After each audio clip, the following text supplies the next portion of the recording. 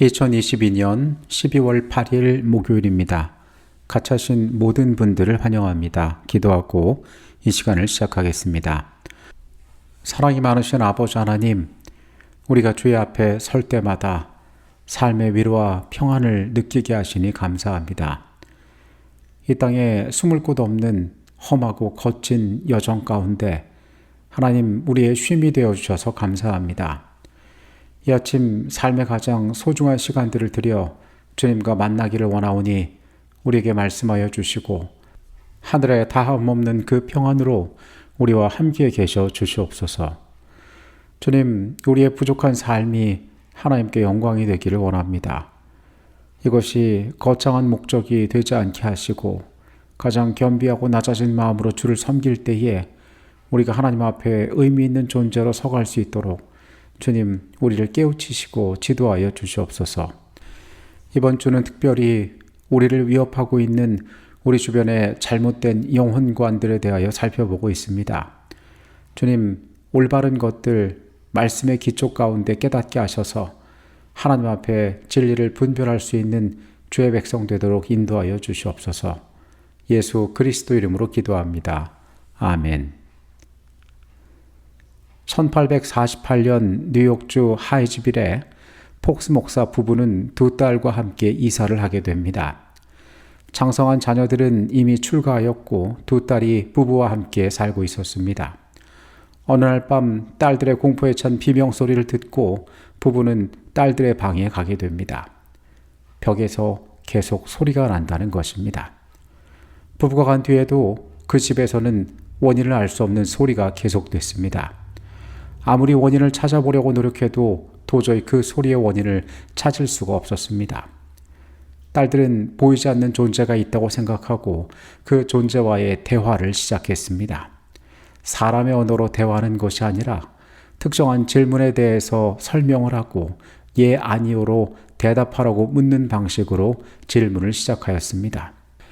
이렇게 시작된 영과의 대화를 통해서 그 집에서 자신들에게 소리를 내었던 존재가 누구인지를 알게 되었는데, 그는 그들이 이사와 살고 있는 그 집에서 5년 전에 억울한 죽음을 죽었던 로너스라는 청년이라는 것을 알게 되었습니다. 그는 자신이 돈을 빼앗기고 죽임을 당한 뒤에 그 집 지하실에 매장되었다라고 두 딸에게 주장하였습니다. 자매는 어른들을 설득하여 지하실을 파보았고 그곳에서 뼈와 혈흔 등의 죽음의 흔적들이 발견되었습니다. 영들과 교통하는 소녀들의 소문은 삽시간에 뉴욕주는 물론이고 전 세계로 퍼져나가게 되었습니다. 그녀들의 나이 많은 언니였던 리아는 이 두 자매를 중심으로 강령술 모임을 열었고 그곳에서 가족을 잃은 사람들은 관심 있게 모임에 참석하기 시작했습니다. 이들의 영향력이 얼마나 컸는가 하면은 당시 미국의 대통령이었던 로버트 피어스가 이 소문을 듣고 자매를 백악관으로 초청하게 됩니다.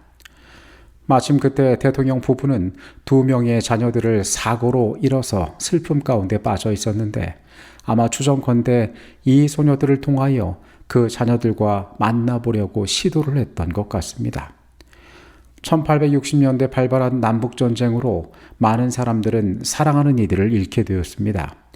미처 하지 못했던 마지막 말들을 하기 위하여 그들은 죽은 자신의 가족을 만나기를 간절히 소망했습니다. 이러한 시대적인 배경으로 인하여 강신술은 폭발적으로 확산되어 나갔습니다. 많은 이들이 죽은 자들과 대화하기를 원했습니다. 그리고 그들은 이전까지 알지 못하는 새로운 세계를 발견한 것처럼 생각하게 되었습니다. 훗날 이들 자매가 돈을 노리고 거짓을 꾸며내어 이렇게 활동했다라고 폄하하는 사람도 있었고, 알코올 중독과 여러 가지 불행한 삶의 궤적 때문에 힘든 삶을 살아갔던 그 자매의 일생이 사람들에게 주목의 대상이 되기도 했습니다. 하지만 이 폭스 자매가 현대 강신술의 시작이 되었다는 사실은 어떤 면에서도 부인하기 어려워 보입니다. 정말 죽은 자와 교통할 수 있을까요? 죽은 자들의 영혼이 살아있는 사람들에게 영향을 미치고 있을까요? 왜 이런 일들을 겪는 사람들이 우리 세계에 많이 있을까요? 오늘의 주제는 죽은 자의 모습으로 나타남입니다. 죽은 사람의 모습이 마치 산 사람처럼 다시 나타나는 것 역시 강신술과 마찬가지로 사단이 꾸며내는 일입니다. 이미 죽은 가족, 친구 또는 그 누구라도 살아있는 것처럼 나타날 수 있는데 그들의 생김새와 목소리가 고인과 매우 유사하게 나타나기 때문에 사람들은 실제 그가 왔다고 믿는 것입니다. 그러나 사실 이 모든 현상들은 죽은 자가 돌아오는 것이 아니라 사탄이 그 모습을 가장하여 그처럼 나타나는 것입니다. 이 모든 사탄의 기만은 하나님의 말씀 위에 굳게 서 있지 않은 자들을 속이기 위하여 사용될 것입니다. 우리가 이번 주 동안 반복하여 확인하지만 하나님의 말씀인 성경은 죽은 자가 영혼으로 부활한다고 이야기하지 않습니다. 이 땅에서 수고를 다한 자들은 깊은 잠에 빠져서 아무것도 알지 못한다고 성경은 이야기하고 있습니다. 엘렌 G. 화이트는 이 시대에 횡행하는 이러한 믿음들에 대하여 다음과 같이 경고합니다.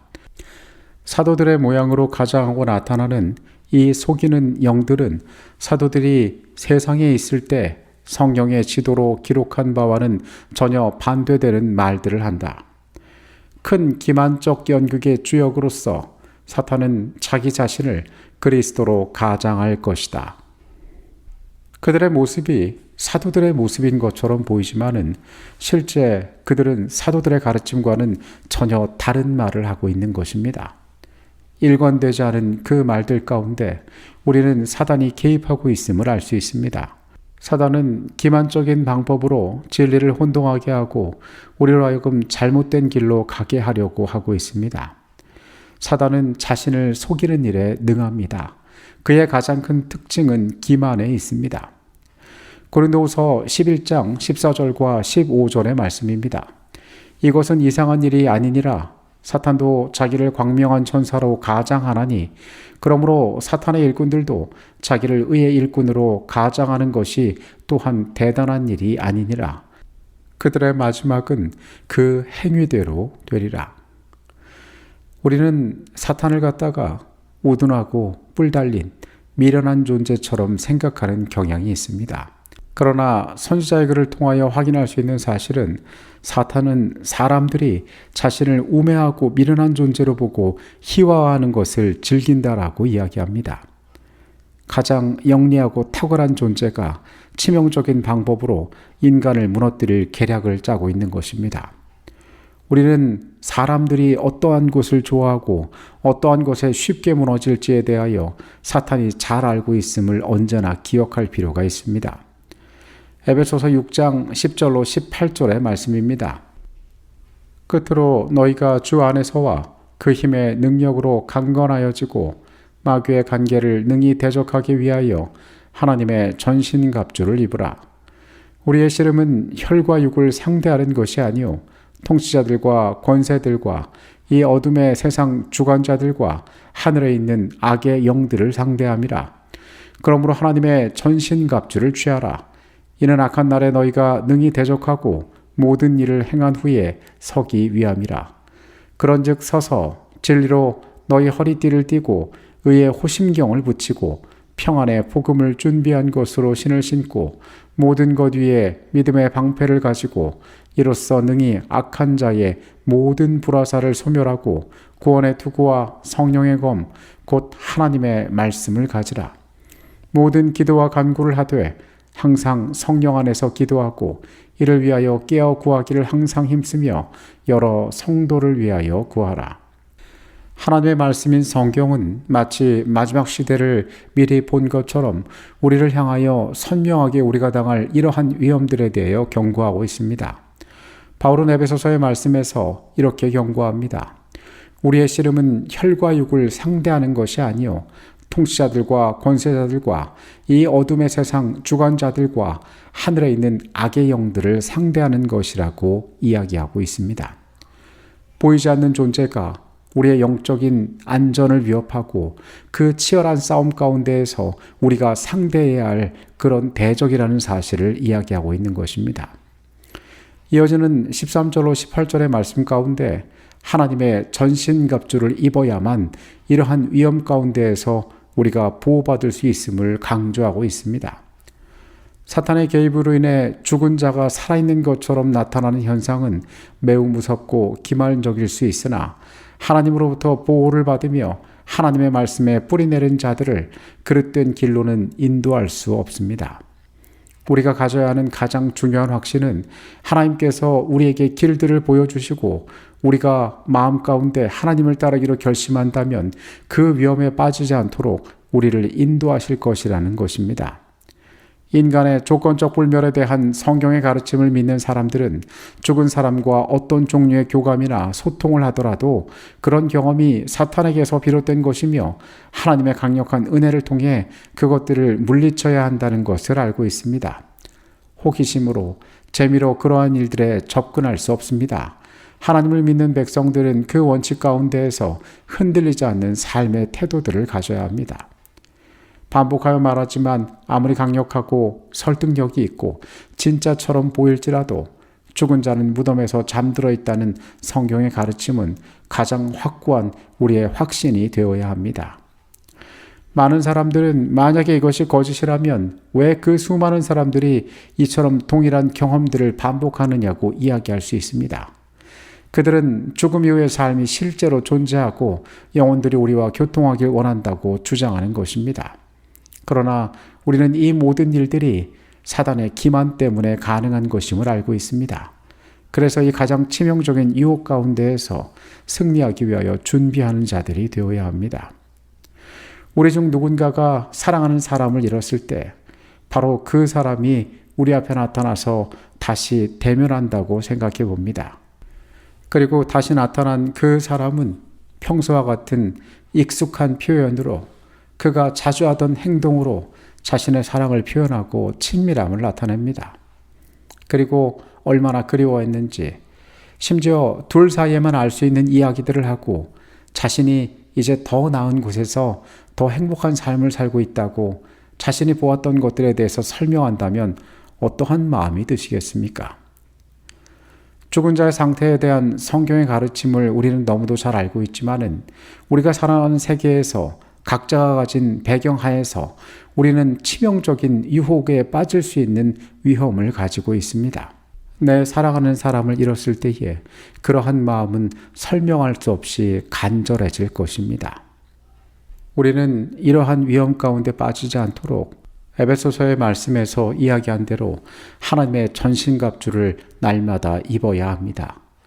이 마지막 때를 살아가는 우리를 쓰러뜨리기 위하여 사단이 어떤 노력을 하고 있는지 알기에 우리는 더 철저하게 준비해야 하는 것입니다.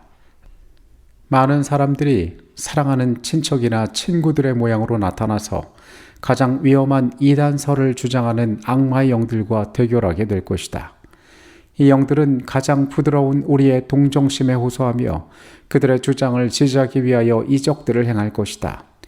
우리는 죽은 자는 아무것도 모르므로 이렇게 나타나는 것은 악마의 영이라는 성경의 진리를 가지고 그들을 대항할 준비를 갖춰야 한다. 마지막 시대를 살아가는 하나님의 백성들에게 이러한 위험은 큰 흔들림이 될 것이라고 이야기합니다. 아직 우리의 피부에 와닿지 않을 수 있습니다.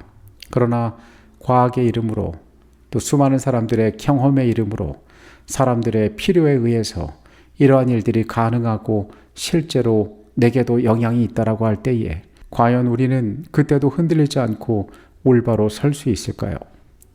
성경은 하나님의 전신갑주를 입고 그 안에서 날마다 새로워지는 경험들이 있어야 한다라고 이야기합니다. 다시 한번 고백하지만 우리는 너무도 연약한 존재들입니다. 하나님께서 우리의 삶에 말씀의 원칙들을 기억나게 하시기를, 그리고 그 가운데에 가장 올바른 것들을 선택하게 되기를 주 앞에 간절히 구합니다. 분명한 말씀의 약속이 우리의 하루의 삶을 온전히 지켜주게 되시기를 바라겠습니다. 기도하시겠습니다. 주님, 우리가 살아가는 세계에서 죽은 자를 불러낸다고, 죽은 자와 교통한다고 이야기하는 사람들이 많이 있습니다. 사랑하는 가족을 다시 만나고 싶어 합니다. 그들에게 못다한 말들을 하고 싶어 합니다. 생전에 나눴던 그 따뜻한 온기를 다시 한번 느껴보고 싶어 합니다. 주님, 그러나 이 모든 것들에 대하여 성경은 죽은 자는 잠자며 아무것도 모른다라고 말하고 있습니다. 그렇게 다정하게 따뜻하게 나의 필요를 알고 찾아오는 존재가 기만적인 사단이라는 것을 우리로 알게 하여 주시옵소서. 마지막 때에 우리 모두가 말씀의 천신갑주 아래 있는 백성 되게 하여 주시옵소서. 거룩하신 예수 그리스도 이름으로 기도합니다. 아멘.